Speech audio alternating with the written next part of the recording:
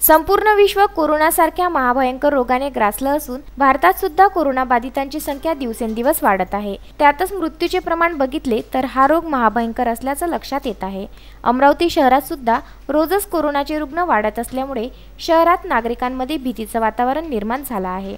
दिनांक 1 मे 2020 रोजी हाती आलेल्या बातमीनुसार अमरावतीमध्ये 43 रुग्ण हे पॉझिटिव्ह आढळले असून आतापर्यंत 1321 नागरिकांची कोरोनाची टेस्ट घेण्यात आली आहे।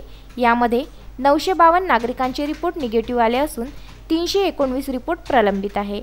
शहरातील कोरोनाचा वाढता प्रकोप बघता नागरिकांनी प्रशासनाला सहकार्य करत सोशल डिस्टन्स ठेवावं व घरात राहूनच कोरोनाला हरवण्यात सहकार्य करावं। Vidarbha news bureau, Amravati.